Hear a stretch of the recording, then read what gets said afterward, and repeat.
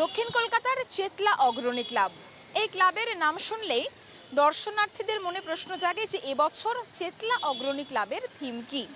তার কারণ প্রতি বছরই চমক যেরকম থাকে ঠিক তেমন থাকে সামাজিক বার্তা, আর এবছরও ব্যতিক্রম নয়।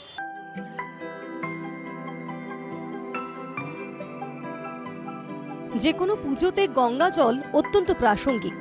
গঙ্গা জল ছাড়া পুজো হয় না। বিদেশেও পুজোর জন্য এদেশ থেকে গঙ্গা জল নিয়ে যাওয়া হয়। অতএব গঙ্গার জলের গুরুত্ব কতটা তা বলাই বাহুল্য। হালে গঙ্গা যেভাবে দূষিত হচ্ছে তাতে উদ্বিগ্ন প্রকৃতি প্রেমী থেকে বিশেষজ্ঞরাও। গঙ্গা দূষণ রোধে সব রকম ব্যবস্থা নিচ্ছে সরকার, কিন্তু দূষণ ঠেকানো যাচ্ছে কই? তাই সচেতনতা গড়ে তুলতে ৩২তম বর্ষে চেতলা অগ্রণীর নিবেদন গঙ্গা দূষণ।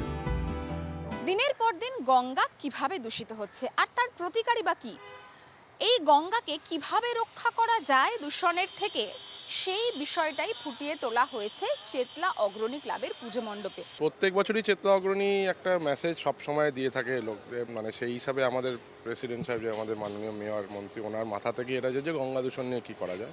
এই বছর সেরকম একটা বার্তা মানুষের কাছে পৌঁছে দিতে চাইছি, যাতে দেখুন আগামী দিনে যাতে গঙ্গা দূষণটাকে কীভাবে আটকানো যায়। আমরা গঙ্গা দূষণটাকে আমরা দেখেছি কীভাবে দূষণ হচ্ছে আর কিভাবে আটকানো যাচ্ছে। আমরা অবশ্যই আশাবাদী অগ্রণী ক্লাব যেরকমভাবে আমরা প্রত্যেক বছর মানুষের কাছে নতুন নতুন মেসেজ তুলে দিই, এই বছরও মেসেজটা আশা করি মানে কোনো ভেগ কোনো মেসেজ না, একটা ভবিষ্যৎ প্রজন্মকে যাতে ভালোভাবে তৈরি করা যায় সেরকম মেসেজ। তো আমরা আশাবাদী মানুষের ঢল যেরকম নামে চেতলা অগ্রণী ক্লাবের মণ্ডপে এবারও আসবে।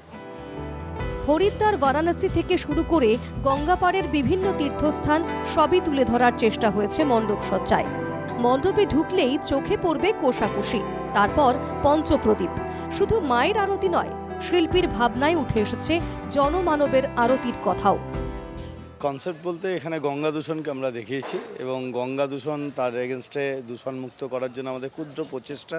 সেখানে গঙ্গার উৎপত্তি এখানে দেখিয়েছি, মাঝখানে আমরা পেছনে দেখিয়েছি একখানা কোষাকুষির কোষা, যার মধ্যে গঙ্গা জল ধারণ করা হয়। সেই জলেই শুদ্ধিকরণটাকে আমরা বোঝাচ্ছি এবং প্রথমে নীল থাকছে, পরে জলটা দূষিত হয়ে কালো নামছে। আমরা যেটা দেখেছি গঙ্গার পাড়ে যে তীর্থস্থানগুলো সেগুলোকে প্রজেক্ট করেছি। মূলত চেতলা অগ্রণী ক্লাবের পুজোয় ৩ ধরনের দূষণ দেখানো হয়েছে: ধর্মীয় দূষণ, গঙ্গা দূষণ ও নদীর নাব্যতা। ৩২তম বর্ষে তাঁদের গঙ্গা দূষণ রোধের বার্তা কতটা দর্শক টানে তা সময়ই বলবে। বুধবারই চেতলা অগ্রণী ক্লাবের পুজোর উদ্বোধন করেন মুখ্যমন্ত্রী মমতা বন্দ্যোপাধ্যায়। একই সঙ্গে চেতলা অগ্রণীর মঞ্চ থেকে জেলার বেশ কয়েকটি পুজোরও ভার্চুয়াল উদ্বোধন করেন মুখ্যমন্ত্রী।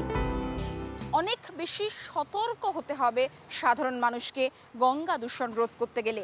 একদিকে চমক, একদিকে সামাজিক বার্তা।